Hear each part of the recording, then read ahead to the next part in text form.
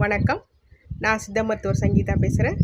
இன்று நீராகாரம் சாப்பிடுவதால் உடலுக்கு ஏற்படும் நன்மைகள் அதை பற்றி பார்க்கலாம்.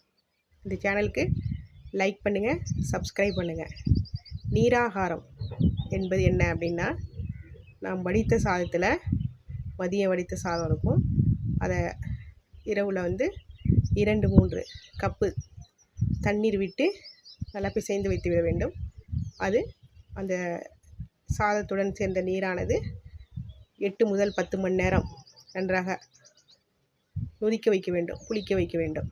அதில் நல்ல பாக்டீரியாக்கள், ப்ரோபயாட்டிக்கெல்லாம் உற்பத்தியாகும். இவ்வாறு அந்த நொதிக்க வைக்கப்பட்ட தண்ணீரை நல்லா பிசைந்து காலையில் சின்ன வெங்காயம், பசுந்தயிர் விட்டு நன்றாக பிசைந்து அதை வெறும் வயிற்றில் சாப்பிடும்போது குடலுக்கு மிகுந்த நன்மையை தருகிறது. அதாவது அந்த குடலுக்கு உள்ள கழிவுகள்லாம் வெளியேற்றப்படுகிறது. நல்ல பாக்டீரியா குடலுக்கு செரிமானத்தை மேம்படுத்துகிறது. மேலும் இது நல்லா சுவையாகவும் இருக்கும். அந்த இதில் வைட்டமின்கள்லாம் அதிகமாக கிடைக்கிறது. Vitamin B6, B12, calcium, potassium போன்ற தாதுக்களும் இந்த நீராகாரத்தில் இருக்குது.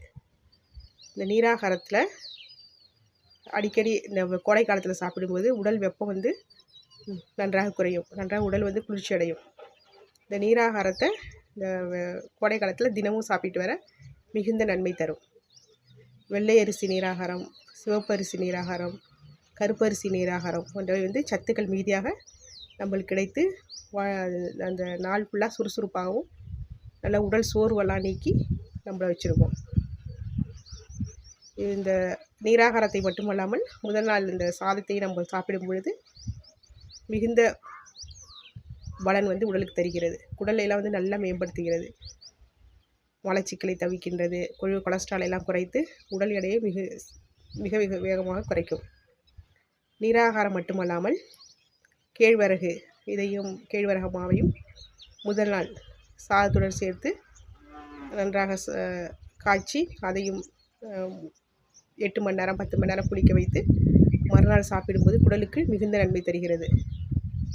இது வெயில் காலத்தில் தோன்றும் அம்மை, வியர்க்குரு இதற்கெல்லாம் மிகுந்த நன்மை தரும். மேலும் நம்ம கம்பு, திணை இது போன்ற சிறுதானியங்களை நம்ம பயன்படுத்தி புளிக்க வைத்து நீராகாரமாக சாப்பிட்டு வரலாம். இது உடலுக்கு மிகுந்த நன்மை தரும். இவ்வாறு சிறியர் முதல் பெரியர் வரை சாப்பிட்டு உடல் நலத்தை இந்த கோடை காலத்தில் பாதுகாப்பாக வைத்துக் கொள்ளலாம். இந்த சேனலுக்கு லைக்